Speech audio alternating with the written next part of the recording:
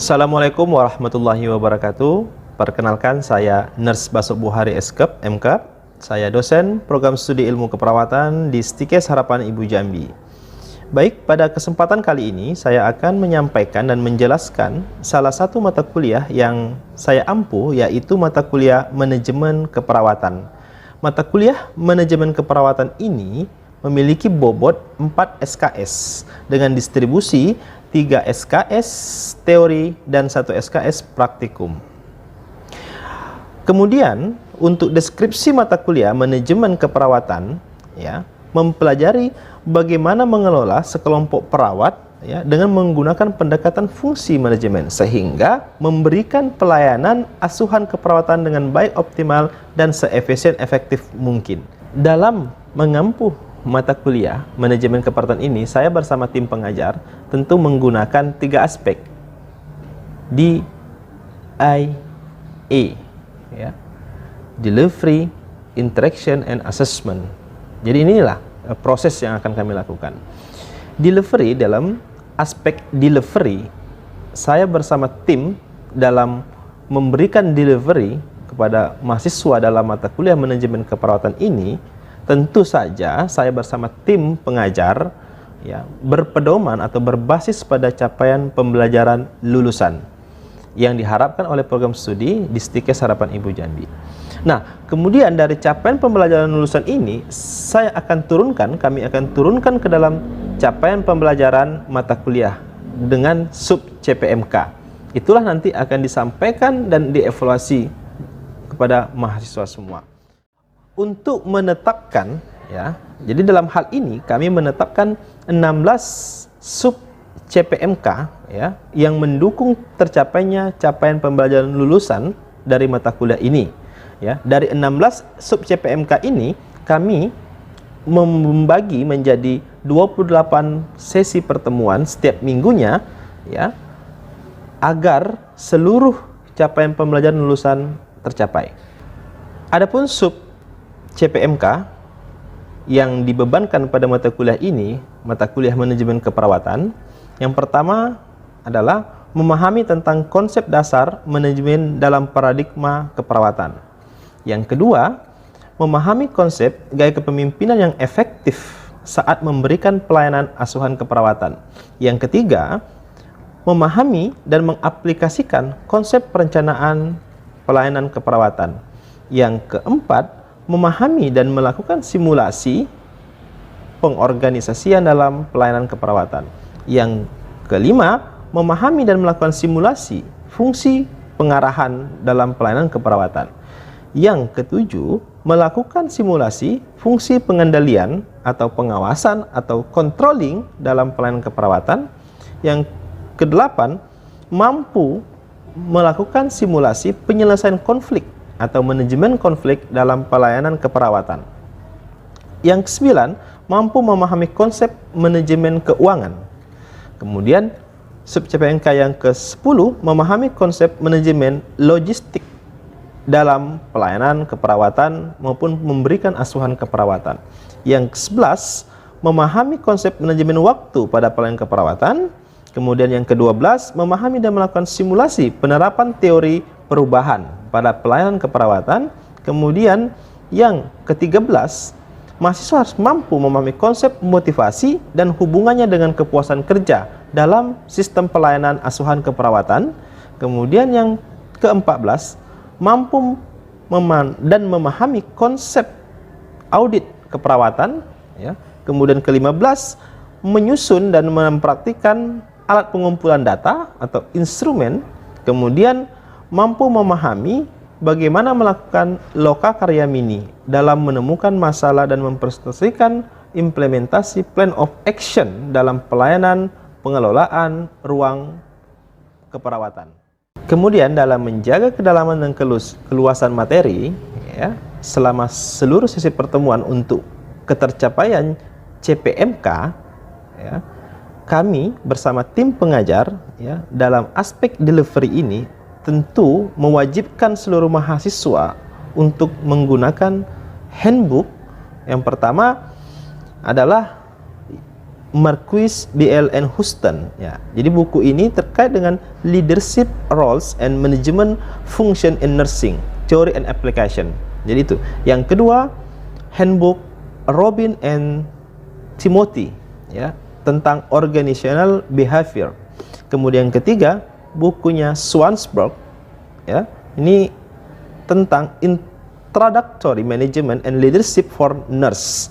Jadi ini buku wajib yang harus memang dosen dan mahasiswa miliki ya ketika dalam proses pembelajaran di setiap sesi pertemuan, sehingga memang kedalaman dan keluasan materi akan terjaga. Saya dan tim pengajar juga mewajibkan kepada mahasiswa agar mencari referensi berupa artikel internasional dan nasional yang terakreditasi. Dalam aspek interaksi, bagaimana interaksi dalam mata kuliah manajemen keperawatan ini agar proses belajar mengajar dilakukan dengan baik? Nah, secara prinsip, interaksi yang saya lakukan berbasis pada SCL, Student Centered Learning. Inilah prinsipnya. Adapun beberapa teknik agar interaksi antara dosen dan mahasiswa berjalan dengan baik, yang saya gunakan melalui 4 metode pembelajaran. Yang pertama, mini lecture. Ya, di dalam mini lecture ini akan memberikan beberapa suplemen pengetahuan kepada mahasiswa, kemudian dilanjutkan dengan ya, tanya jawab. Saya akan melemparkan pertanyaan dan akan ada feedback dari mahasiswa. Yang kedua adalah dengan collaborative learning, dan yang ketiga cooperative learning. Ya. Kemudian yang keempat adalah metodenya simulation atau role play di laboratorium. Jadi 4 metode ini akan membangun sebuah interaksi yang baik ya, dan memberikan keaktifan kepada mahasiswa dalam proses belajar mengajar. Contohnya ketika saya menerapkan ya, prinsip dengan metode pembelajaran cooperative learning ya, kemudian dalam situasi kelas saya akan membentuk atau membagi menjadi kelompok kecil. Biasanya saya membagi 4 kelompok kecil ya, 4 kelompok kecil, kemudian masing-masing kelompok itu akan membahas dengan materi-materi yang berbeda. Ini akan mempresentasikan kelompok, masing-masing kelompok akan mempresentasikan dengan masalah-masalah yang diberikan dengan berbeda. Kemudian akan mempresentasikan ke depan kelas, sehingga disinilah terjadi sebuah interaksi, akan tanya jawab antara kelompok yang satunya dengan kelompok yang lainnya. Itulah prinsip membangun interaksi.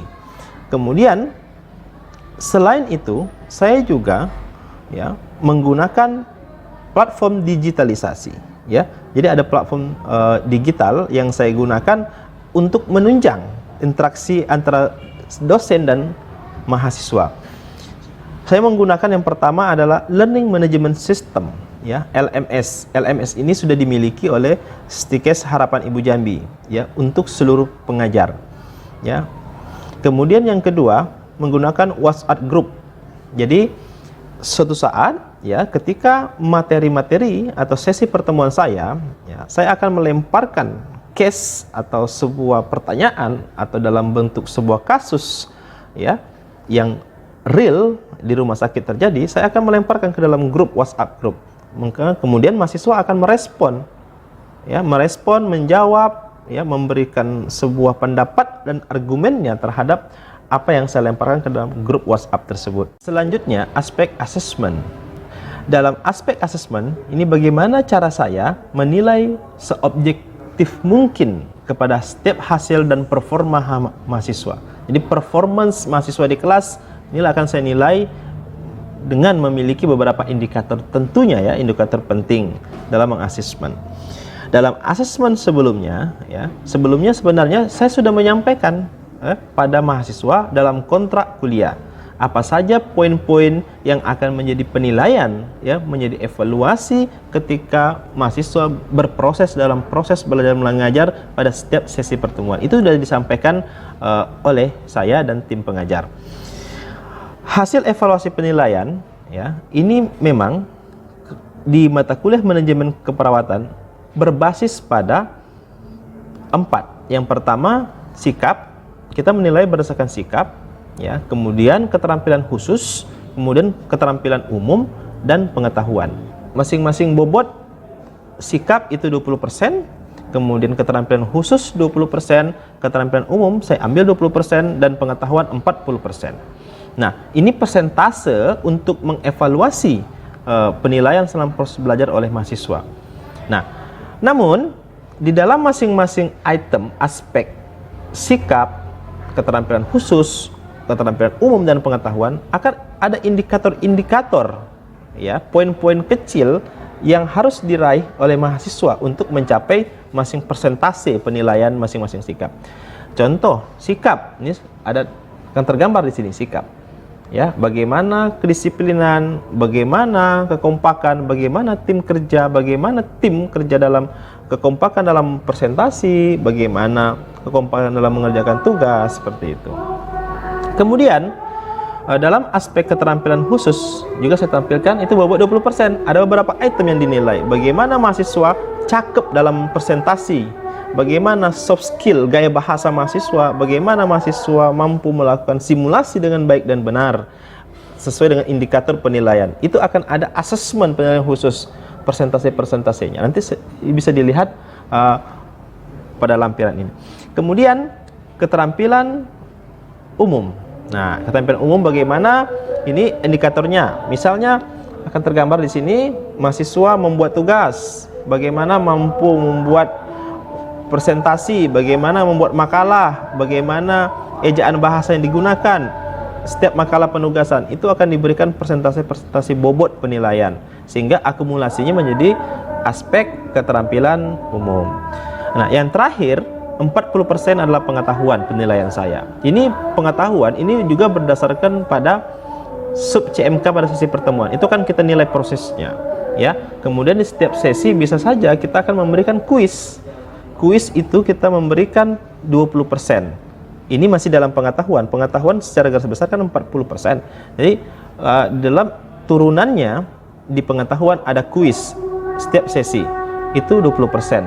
Kemudian tanya jawab ketika keaktifan mahasiswa itu akan kita masukkan penilaian sebesar juga 10%.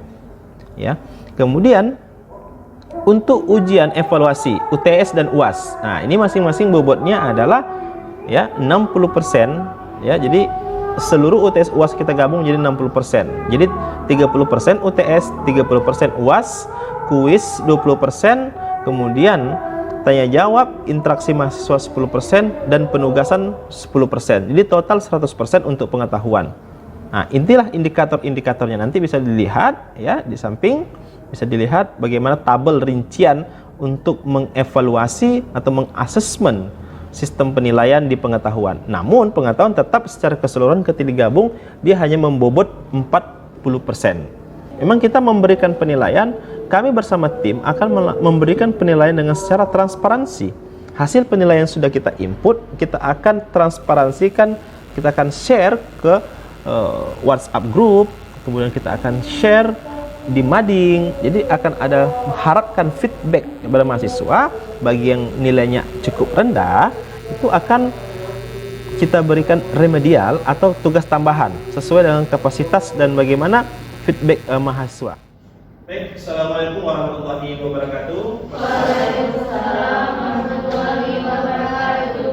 Selamat siang mahasiswa semua. Selamat. Baik, pada hari ini kita masuk untuk pertemuan terkait dengan mata kuliah manajemen keperawatan. Ya, di sini kita sudah masuk pada pertemuan yang kelima untuk membahas capaian pembelajaran mahasiswa tentang fungsi manajemen pengarahan. Ya, salah satunya adalah mahasiswa mampu melakukan handover atau mahasiswa mampu melakukan serah terima atau timbang. Ya, jadi timbang terima, serah terima, handover, backside handover. Ya, jadi banyak istilah-istilah yang kita pakai. Jadi capaian hari ini, sub capaian hari ini, capaian pembelajaran hari ini adalah mahasiswa mampu untuk melakukan handover. Oke ya. Jadi mahasiswa semua, sebelum kita mulai, saya akan memverifikasi ya untuk siapa yang tidak hadir Apakah hadir semua? Oke. Yang tidak hadir nanti tolong ditandai untuk absensi. Nanti saya akan input ke portal Siakan. Oke. Baik, untuk timbang terima.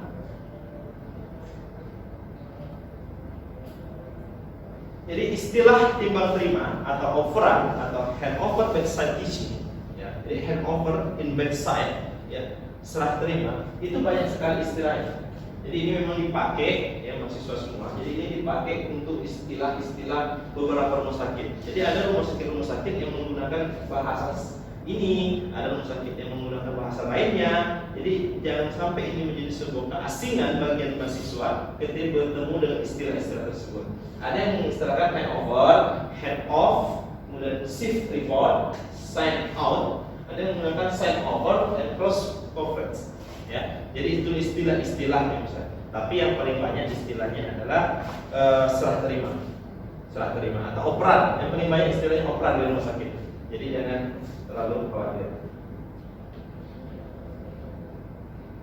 Kemudian, apa definisinya? Kalau secara harfiah, secara istilah, kita mendefinisikan handover itu adalah komunikasi oral dari informasi tentang pasien, ya, yang dilakukan oleh perawat pada pergantian shift.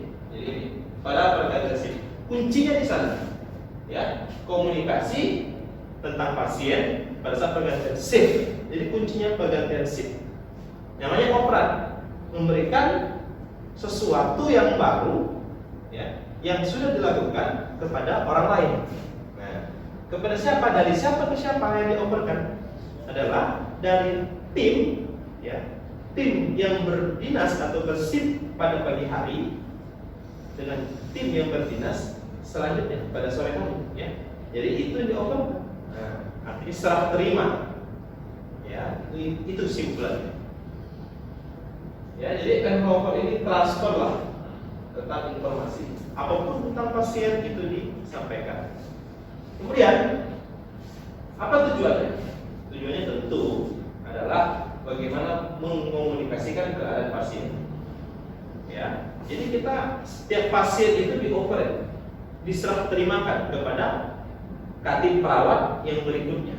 Ya, jadi dioperkan keadaan kondisi pasien, tentang penyakitnya, tentang keadaan umumnya, apa pemeriksaan laboratorium yang akan diperiksa selanjutnya atau yang sudah, itu dioperkan, semua hal yang dioperkan, ya, sehingga shift berikutnya akan mengetahui kondisi pasien itu seperti apa, ya. Nah, kalaulah komunikasi ini salah terjadi, itu yang cukup berbahaya, karena bahkan shift berikutnya bahkan tidak melakukan intervensi apapun karena tidak diberitahu atau diserah terimakan oleh shift sebelumnya. Jadi itulah, ya, makanya perlu ada namanya pengetahuan mahasiswa untuk melakukan serah terima atau operan. Oke, bagaimana? Sampai di sini mahasiswa semua sudah bisa sedikit ada pencerahan.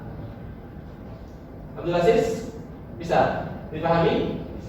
Bisa serah terima. Ya, jadi serah terima harus paham Abdul Aziz. Jangan serah terima itu menyerahkan barang, enggak. Jadi serah terima itu benar-benar kita kondisi pasien yang diserahkan, ya, kepada tim berikutnya. Ya, ini fungsi bagi perawat. Sama hal yang tadi sudah disebutkan tadi, ya. Kemudian langkah-langkah timbang terima. Nah, ini penting. Ini salah satu pokok poin penting yang harus dilakukan untuk melakukan timbang terima. Ya. Yang pertama nih, kedua kelompok shift dalam keadaan sudah siap. Ya. Artinya kelompok shift pagi dan shift sore itu sudah siap. Siap dalam keadaan apa? Bukan siap artinya siap sudah hanya siap duduk, tidak. Nah, tapi dia sudah siap memberikan informasi apa yang akan diberikan kepada shift berikutnya, ya. Tuh. Kemudian shift yang kami lakukan perlu menyiapkan hal-hal. Nah, ini tadi menyampaikan kepada para penunjuk shift, ya. Ini langkahnya yang pertama, siapkan dulu tim pagi. Nah, makanya di kelas ini, ya, saya membagi dua kelompok. Ya, jadi ini salah satu metode pembelajaran kita hari ini. 2 kelompok saya bagi. Jadi ini adalah nanti sistem cooperative learning. Saya sengaja seperti ini, ya. Nanti mahasiswa yang kelompok ini saya katakanlah sebagai tim pagi, yang ini tim sore, ya. Nanti bisa ada saling keterkaitan. Nanti selanjutnya di akhir kita akan turun ke labor untuk memperagakan. Kemudian ini, ya. Yang kedua, shift yang akan menerima itu harus menyiapkan, ya. Perawat primer menyampaikan kepada penanggung jawab. Jadi satu orang katim, ya, itu akan meminta perawat-perawat laksananya itu menyerahkan dokumen-dokumen atau informasi pada pasien. Nah, akan dikumpulkan oleh katim ini. Katim inilah, katim pagi, ya, katakan katim pagi kelompok ini akan menyerahkan kepada katim sore, ya. Nah, itu. Kemudian ini kondisi atau keadaan pasien secara umum. Nah, ini tidak lanjut, kemudian dan lain sebagainya. Kemudian, nah, sekarang kita masuk ke dalam bagaimana metode. Berbicara metode artinya berbicara cara. Berbicara cara artinya berbicara sistem, ya. Berbicara ketepatan pelaksanaan prosedur. Nah, inilah di sini. Dibagi dengan metode tradisional, dengan metode bedside handover. Ya.